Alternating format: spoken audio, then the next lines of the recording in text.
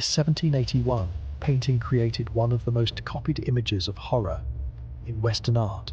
A demon crouched on a sleeping woman's chest, but the word nightmare in the title has almost nothing to do with the ghost or staring in from the dark. And on the back of this exact canvas, hidden from public view for centuries, is a second, unfinished painting, one that may explain why the artist painted this scene at all. This is the Nightmare, painted in 1781 by Henry Fuseli, a Swiss-born artist working in London. It's now in the Detroit Institute of Arts. A woman lies asleep, draped backward, over the edge of a bed, one arm hanging limp. Small, muscular demon crouches directly on her chest, staring straight out at whoever's looking at the painting. In the shadows behind the curtain, a wild-eyed horse pushes its head into the scene. Fuseli spent most of his career painting scenes from Shakespeare and Milton, drawn again and again to ghosts, witches, and the supernatural.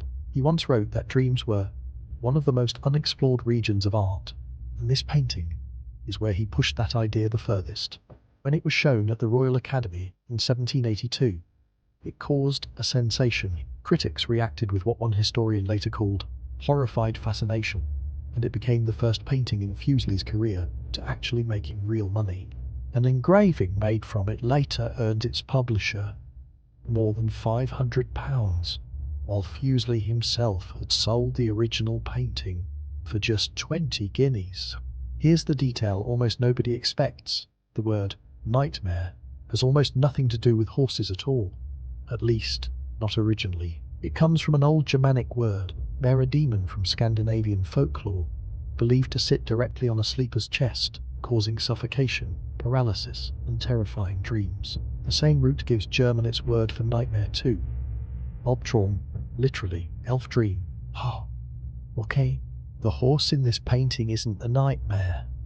It's a pun, a visual joke Fuseli built on top of a much older word, and that horse almost wasn't in the painting at all. Fuseli's surviving preliminary sketch doesn't include it. He added the ghostly head later, pushing through the curtain, as an afterthought before the painting was finished.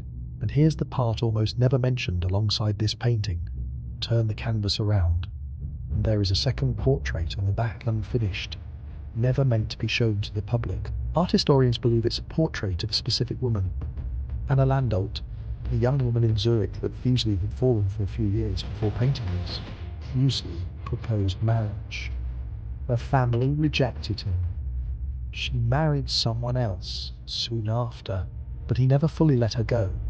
Around that same time, Fuseli wrote a private letter to her own uncle, describing an intensely possessive, erotic dream about her language, so raw that historians still find it startling to read today, declaring, in his own words, that she belonged to him, and always would. One prominent art historian, H.W. Jansen, went further, arguing that the demon crouched on the sleeping woman's chest is a kind of disguised self-portrait, Fuseli himself, sitting on the body of the woman he couldn't have. Whatever Fuseli actually meant by it, the public loved it and almost immediately started making fun of it. Within years, satirical cartoonists were recreating the exact composition with politicians and celebrities, swapped Napoleon Bonaparte, Admiral Nelson, even Nelson's own mistress cast, as the sleeping woman.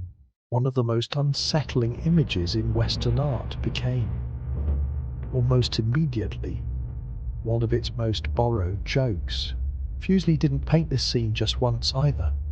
Over the following years he made at least 3 more versions of the same composition, with small changes each time the woman's head turned a different direction. The demon looking straight at the viewer in one version and away in another, and in 2 versions, a small suggestive statuette added to the table beside the bed. There is a popular story about how Fuseli supposedly got so good at painting nightmares in the first place.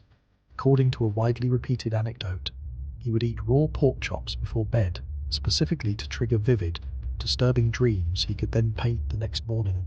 Most historians treat this as legend, rather than confirmed fact, but true or not, it's been retold for over 2 centuries, because it fits the man who painted this a little too well.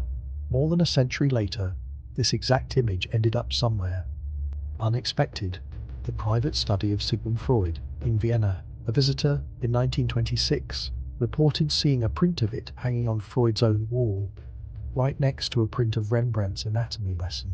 The father of modern dream theory kept this exact painting close by, but neither Freud nor his closest colleagues ever wrote down what he actually thought it meant. This painting didn't just haunt one generation either.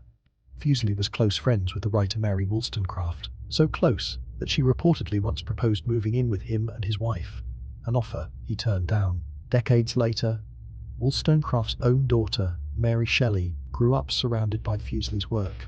Scholars have traced this exact composition directly into her novel Frankenstein, including the moment Victor Frankenstein collapses into a nightmare, right after first seeing his creature come alive. A painting born out of one man's private heartbreak ended up shaping one of the most influential horror novels ever written, through a family connection nobody planned. And there is one more layer to this painting that Fuseli couldn't possibly have known about. Modern sleep science has a name for exactly the sensation this painting depicts: sleep paralysis, a real documented neurological state where a person wakes up unable to move, often accompanied by a crushing sense of weight on the chest, and a feeling that someone or something else is in the room. And almost every culture that studied this sensation independently invented its own version of the exact same demon. In Newfoundland folklore, it's called the Old Hag. In Japan, it's known as Kanashibari. Different names, different centuries, describing what seems to be the same universal human experience.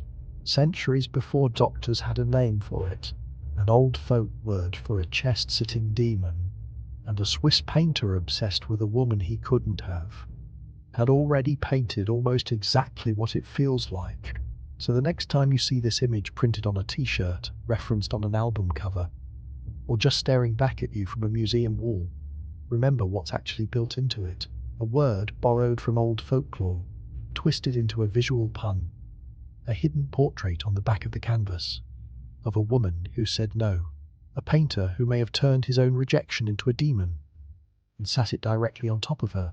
A painting shocking enough to make a stranger's fortune off a single engraving, gentle enough to get mocked in political cartoons within years, and strange enough to end up quietly watching over one of the founders of modern psychology from his own study wall.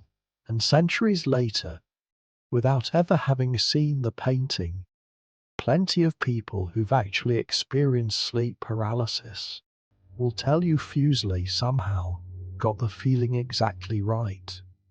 So do you think this is a painting about a nightmare, or about heartbreak,